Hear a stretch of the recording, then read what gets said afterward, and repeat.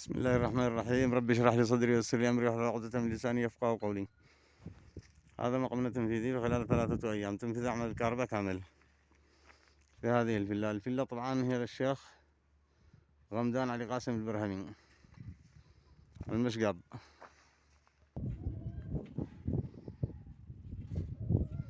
هذه هي الفيلا.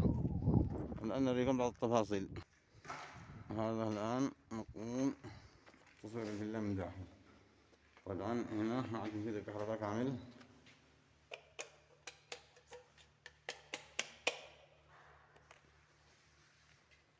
هذه كهرباء عند تسليم العمل.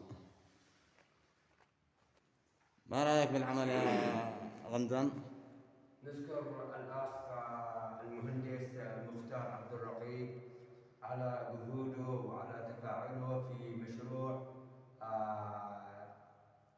بتصليح الكهرباء والطاقة الشمسية والمنظومة والأجهزة والبطاريات الذي تم بإخراج الكل من الطاقة الشمسية والطاقة الكهربائية من الخط الرئيسي إلى الخط العمومي، ومن الخط العمومي إلى المنقول، والمنقول ينقل إلى الجهاز الكهربائي، وتم نقل إلى الطبلون الكبير الذي موزع بين الغرف وبين المجالس. هذا تم حق الصالة، وهذا تم حق الغرف، وهذا حق المجلس الرئيسي مع الصالة والغرفة والحمام. نشكر مختار عبد الرقيب على جهوده وتفاعله في المشروع المنظومة. نشكره شكرا جزيلا، جزاك الله ألف خير. هذا عندنا تصميم. هذه الإضاءة. هنا إضاءة الحمام طبعا سلمنا كامل.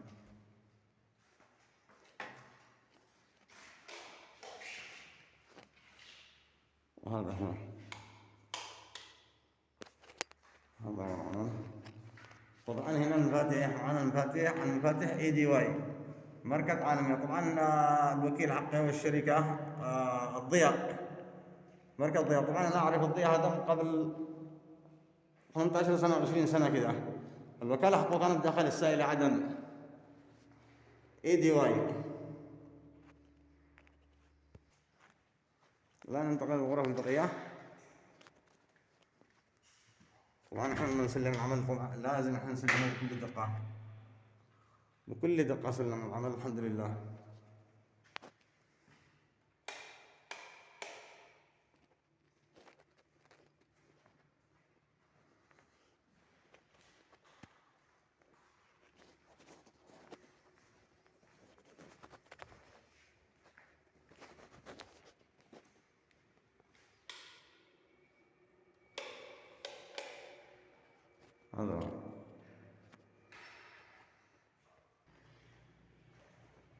هذا متبقي من العمل هنا.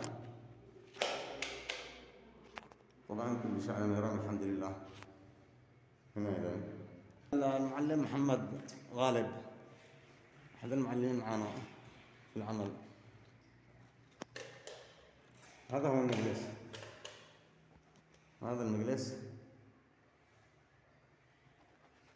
وعلى السلامة. طبعا الحمد لله تم تنفيذ العمل كامل بكل دقة وبكل التفاصيل. نوعية الماركة EDY، البضاعة كلها EDY حطها البنية بشركة الضياء.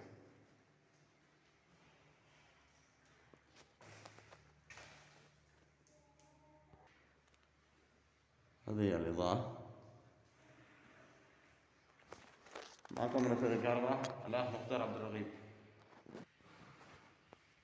تنفيذ عمل الكهرباء الحمد لله. طبعا الجهاز 1500 واط. هنا منظم 20 امبير، بس مؤقتا انه بعد فترة ممكن نغير المنظومة أكبر. هذه هي البطارية.